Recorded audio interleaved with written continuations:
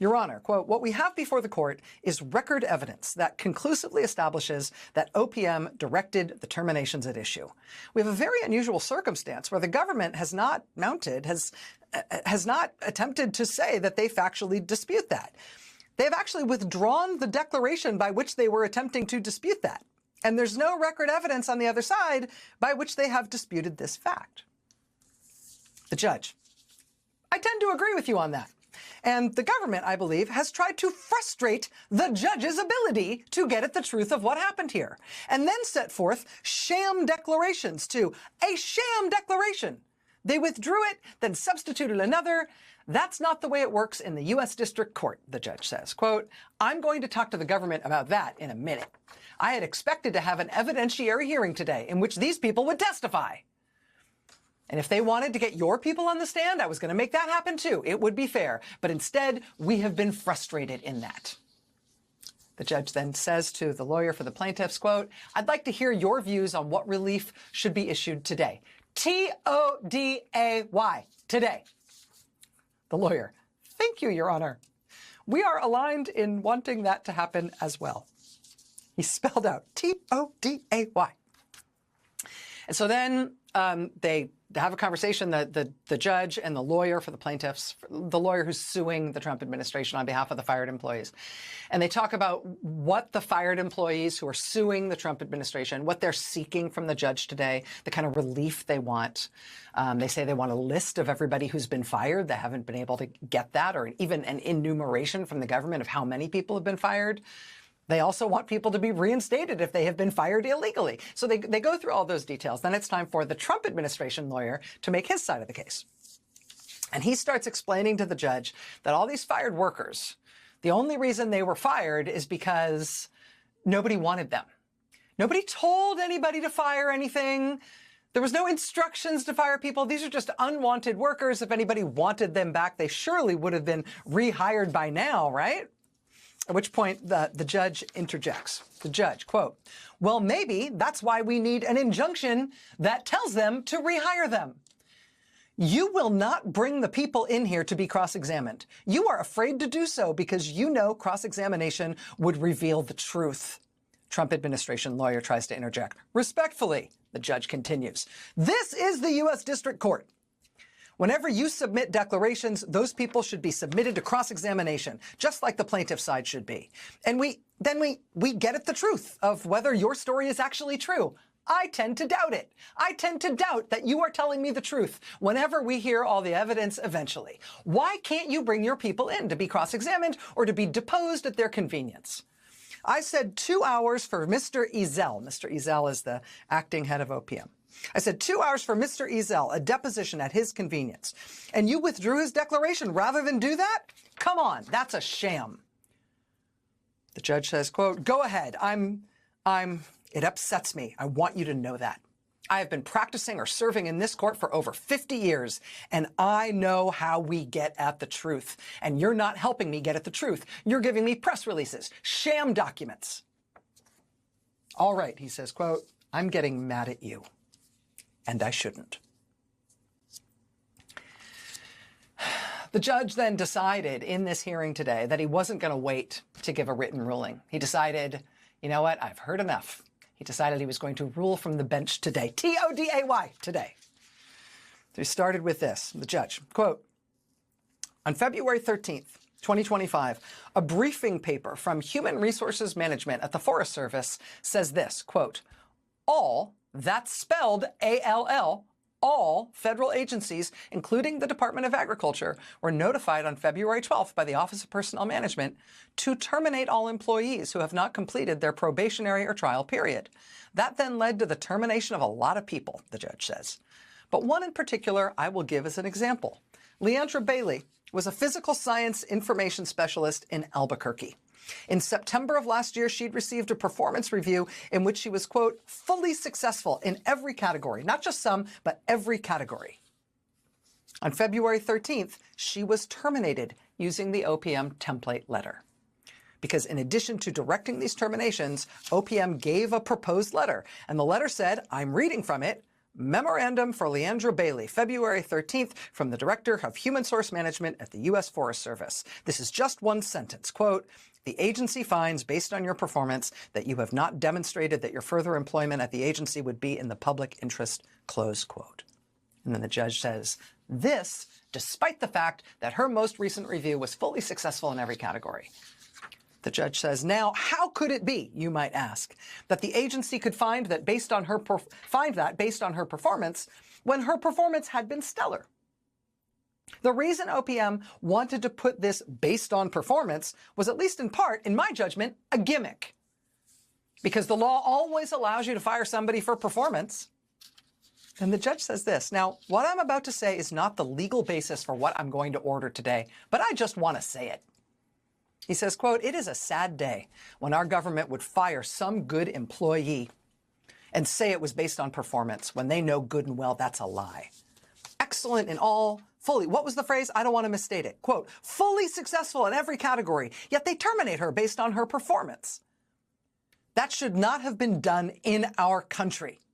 It was a sham in order to avoid statutory requirements. It also happens to be that whenever you fire somebody based on performance, then they can't get unemployment insurance. So that makes it even worse, doesn't it? And then it makes it even worse because the next employer is going to say, well, have you ever been terminated based on performance? They're going to have to say yes to thousands of people. It is illustrative of the manipulation that was going on by OPM to try to orchestrate this government-wide termination of probationary employees. Quote, the court finds that OPM did direct all the agencies to terminate probationary employees. The court rejects the government's attempt to use these press releases and to read between the lines to say that the agency heads made their own decision with no direction from OPM. The relief that's going to be granted is as follows. First, the temporary restraining order will be extended. The VA shall immediately offer reinstatement to any and all probationary employees terminated on or about February 13th or 14th. This order finds that all such terminations were directed by defendant OPM and were unlawful because OPM had no authority to do so. Further, the VA shall cease any and all use of the template termination notice provided by OPM and shall immediately advise all probationary employees terminated February 13th and 14th that the notice and termination have been found to be unlawful by the U.S. District Court for the Northern District of California. The VA shall cease any termination of probationary employees at the direction of OPM. To repeat, this order holds that OPM has no authority whatsoever to direct, order, or require in any way that any agency fire any employee. Now, given the arguments and the facts in this case, namely that defendants have attempted to recast these directives as mere guidance, my order today, quote, further prohibits defendants from giving guidance as to whether any employee should be terminated. Any termination of agencies' employees must be made by the agencies themselves, if made at all, and they must be made in conformity with the Civil Service Reform Act and the Reduction in Force Act and any other constitutional or statutory legal requirement. He says, quote, in 7 calendar days, relief defendant, VA, the VA shall submit a list of all probationary employees terminated on or about February 13th and 14th with an explanation as to each of what has been done to comply with this order. Then the judge says this. Now, this order so far has only mentioned the VA, the Veterans Administration. But the same relief is extended, and I'm not going to repeat it, but I'm extending the same relief to the Department of Agriculture, the Department of Defense, the Department of Energy, the Department of the Interior, the Department of Treasury. And so it's the VA plus all those other agencies. He says, and this is without prejudice to extending the relief later in further to other agencies. The judge then closes with this. I will try to get out a short memorandum opinion that elaborates on this order, but this is the order, and it counts effective immediately. Please don't say, oh, I'm waiting for the written order. This is the order from the bench. And then the judge then closes with this admonition to the Trump administration lawyer. Quote, if you want to appeal to the Court of Appeals, God bless you. I want you to, because I'm tired of seeing you stonewall on trying to get at the truth. And that is how thousands of people who work in our government, who Donald Trump and his top campaign donor tried to fire, that is how thousands of Americans got their jobs back today. at the VA, at USDA, at the Defense Department, at the Department of Energy, at the Department of Interior, which includes the National Park Service, at the Treasury Department, which of course includes the IRS. The court ruling also means that the Office of Personnel Management, which they've been using as like the central office for all this stuff that DOJ has been doing, right? The Office of Personnel Management at the White House can no longer tell anyone anything about anybody who should be fired for any reason from any part of the U.S. government. This is the order. But what happens when Donald Trump says, I'm not participating in this process. I'm not doing this. I'm not providing the documents you need. I'm not undoing whatever it is the court just told me to undo?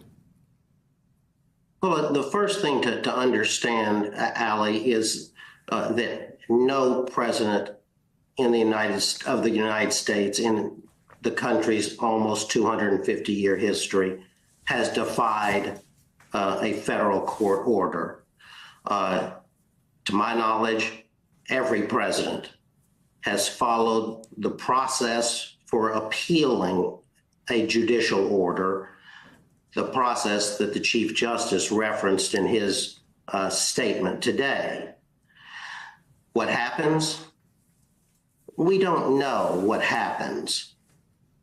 But if this president defies a federal court order, the country will be in a constitutional crisis. How does that crisis end? We don't know, Ali, because it's never happened before.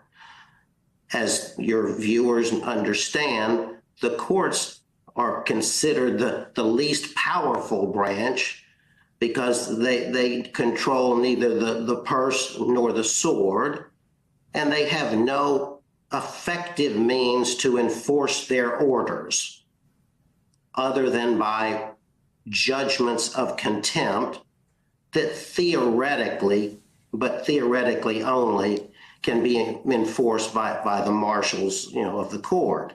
So as a practical matter, if the President of the United States defies even a Supreme Court order, there is nothing that the Supreme Court itself could do.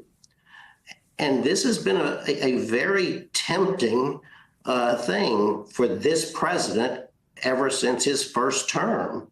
As we all know, he was immensely critical of the federal and state judiciaries throughout his first term. And then, of course, during the last 4 years when he was out of power, he was accusing the federal and state judiciaries and even individual judges of both courts of being corrupt and biased and what have you. Never before has an American president even thought to utter one single one of the words against the federal judiciary that this president has uttered every day since he came on the public scene. Judge, there are judges appointed. I mean, we've been judges who have opined on this administration and what it's been doing in court and outside of court, who have been appointed from Ronald Reagan all the way to the current president.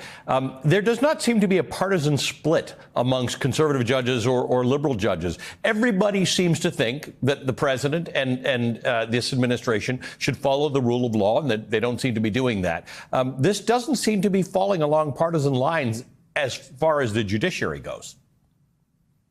This is not a partisan or political issue, Ali.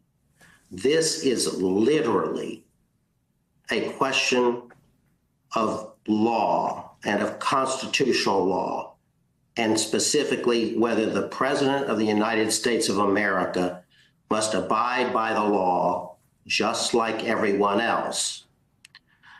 Ali, I know personally that the federal judiciary is shaken by these recent attacks by the President of the United States. But I also know that they are unshaken in their resolve to honor their oath to the Constitution. It's the president who has wanted this war ever since his first term in office. Well, he's going to get what he wanted.